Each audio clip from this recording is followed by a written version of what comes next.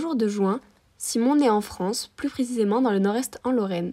La France, pays des droits de l'homme et du citoyen, de la tour Eiffel et de la gastronomie raffinée, mais également celui de la célèbre devise « Liberté, égalité, fraternité ». Mais au fait, que signifie véritablement fraternité?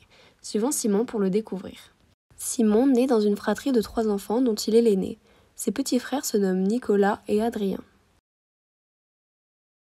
Dès son plus jeune âge, il s'occupe de ses petits frères quotidiennement. Étant l'aîné, il les aide à faire leurs devoirs et à réciter leurs leçons.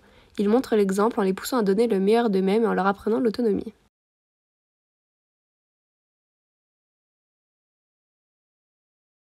À 9 ans, adorant jouer au basket avec ses copains dans la cour de l'école, il décide de rejoindre une équipe de basket.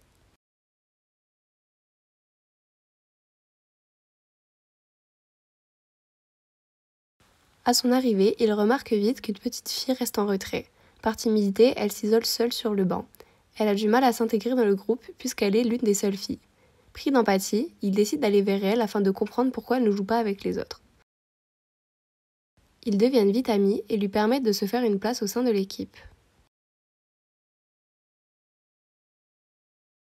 Tout va pour le mieux pour Simon, il est heureux et épanoui. Seulement, à l'arrivée au collège, tout bascule. Simon, ce petit garçon attentionné, devient le souffre-douleur de sa classe.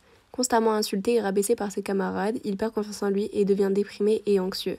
Jusqu'au jour où quelqu'un lui tend la main et décide de le soutenir comme il l'avait fait auparavant avec Daphné. Encouragé par cette solidarité soudaine, Simon arrive finalement à dénoncer ce qui lui arrive. Les harceleurs sont justement punis et il parvient peu à peu à regagner confiance en lui. Simon poursuit sa scolarité normalement et obtient de bons résultats. Il passe les mercredis après-midi chez sa grand-mère, il l'accompagne faire les courses, cuisine avec elle et n'hésite pas à lui rendre service si elle en a besoin. Il crée des liens encore plus forts et s'entraînent mutuellement dans les épreuves. Les années passent, Simon grandit, passe ses examens avec brio et devient avocat. Seulement au décès de sa grand-mère, Simon déprime, il se sent seul et perdu. Son deuil l'empêche d'avancer, il perd goût à la vie. Mais heureusement, Simon est bien entouré et ses proches sont là pour lui faire remonter la pente. Il trouve du réconfort auprès de son amie de longue date, Daphné. Elle l'encourage même à se donner un nouvel objectif de vie en se lançant dans le bénévolat, lui qui aime tant être au service des autres.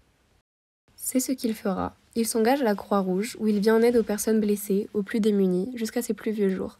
Faire preuve de fraternité lui permet de se sentir utile et de devenir une meilleure personne. Il souhaite montrer aux autres que peu importe la situation, nous pouvons nous en sortir. La fraternité se retrouve dans plein de petites actions du quotidien.